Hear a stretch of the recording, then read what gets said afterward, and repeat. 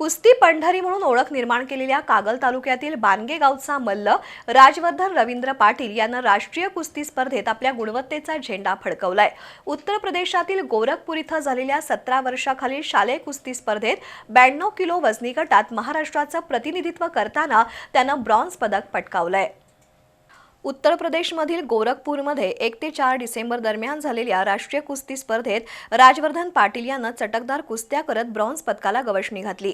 वडील उपमहाराष्ट्र केसरी रवींद्र पाटील यांच्या पावलावर पाऊल टाकत राजवर्धन यानं बानगेच्या शिरपेचात मानाचा तुरा रोवलाय।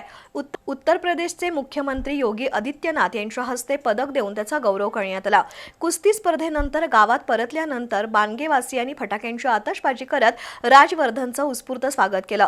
आक्रमक खेळणाऱ्या राजवर्धननं 5 कुस्त्या केल्या, त्यामध्ये उत्तर प्रदेश, हिमाचल प्रदेश, गुजरात, हरियाणा इथल्या मल्लांना पराभूत केलं, तर अंतिम कुस्तीत त्यानं हरियाणाच्या मल्लाला 7-1 अशा गुणांनी पराभूत करून ब्रॉन्झ पदकावर नाव कोरलं। राजवर्धन सध्या बानगेतील जय भवानी तालमीत सराव करत असून बिद्रीतील मौनी विद्यापीठात शिक्षण घेतोय। त्याला उपमहाराष्ट्र केसरी रवींद्र पाटील, वस्ताद तुकाराम चोपडे, भाऊसाहेब सावंत, NIS कोच आकाश नलवडे, वैभव तेली यांचं मार्गदर्शन लाभलंय।